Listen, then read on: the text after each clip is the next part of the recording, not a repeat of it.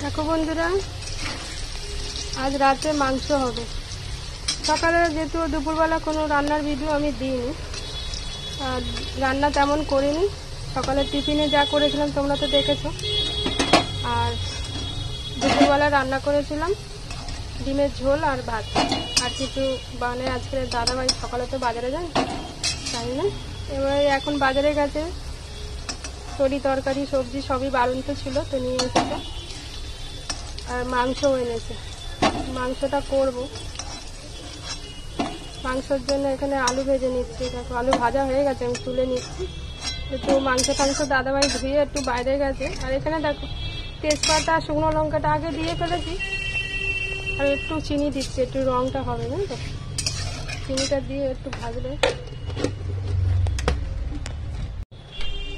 চিনিটা দিয়ে একটু ভালো করে করে নিলে না তেলে, তাহলে মাংসের কালারটা খুব সুন্দর আসে। তোমরা খেতে চিনি দাও কোনো তরকারি, আমার সব তরকারিতেই চিনি যায়, শুধু মাংস বললে না, আমি সবেতেই একটু করে চিনি দিই, আমার বেশ ভালো লাগে। চিনি দিলে না তরকারি টেস্টটাও বেশ ভালো লাগে। সেখানে পেঁয়াজটা ভাজা ভাজা হোক, আমি এর মধ্যে মশলাটা আমি করেই রেখেছি, আদা রসুন বাটা। আর এখানে দেখো আমি আগে থেকে আদা রসুন বেটে রেখেছি, আর এখানটায় কিছু উপকরণ রেখেছি, কাঁচা লঙ্কা, টমেটো আর চিকেন মশলা, চিকেনের জন্য চিকেন মশলা। আর যে মাংস ধুয়ে আর গরম জল দিয়ে রেখে দিয়েছি, যাতে রাসটানি গন্ধটা না একটু বেরিয়ে যাবে। দেখো মাংস দিয়ে যদি গরম জল দিয়ে রাখা যায়, একটু গন্ধটা বেরিয়ে যায়। এখানে দেখো সব কিছু মশলা দিয়ে দিয়েছি, মানে যে টমেটো, কাঁচা লঙ্কা, আদা রসুন বাটা মানে দিয়ে এটা ভালোভাবে কষছি। এইগুলো তোমাদের দেখাতে পারলাম না, ভিডিওটা করার সময় আমার বোন ফোন করেছিল, একটু বোনের সাথে কথা বললাম একটা ভিডিও দেবো, একটু পরে করছি।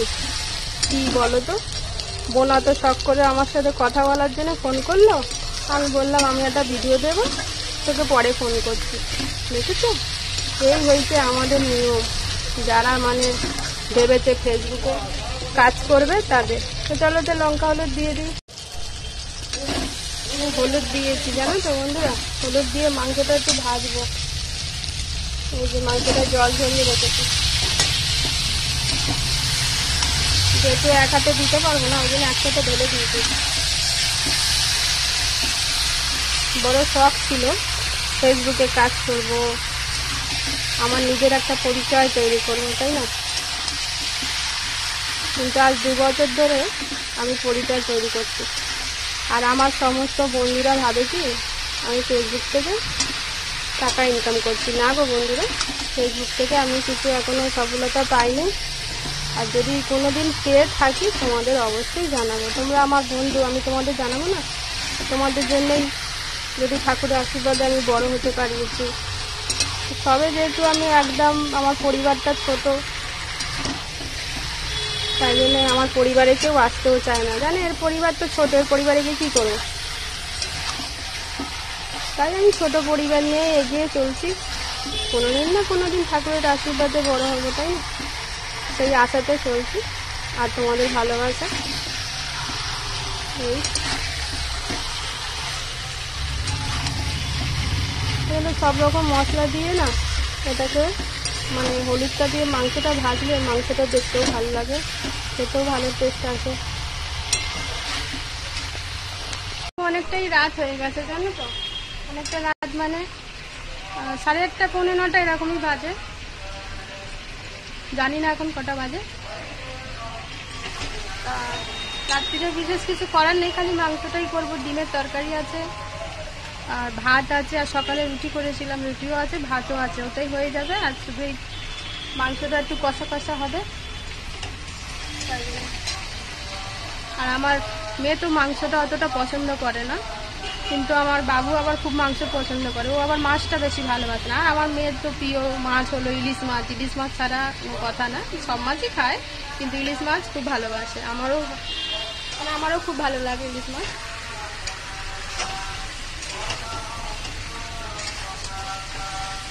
এতেই যা গন্ধ বেরিয়েছে, এক্ষুনি আশেপাশের লোকেরা বলবে এদের বাড়ি কি হচ্ছে।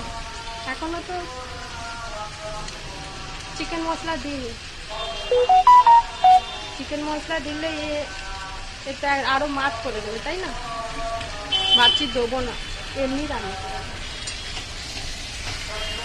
তোমরা কি বলো? তোমরা রাত্রির জন্য কি রান্না করছো অবশ্যই কমেন্টে জানিও।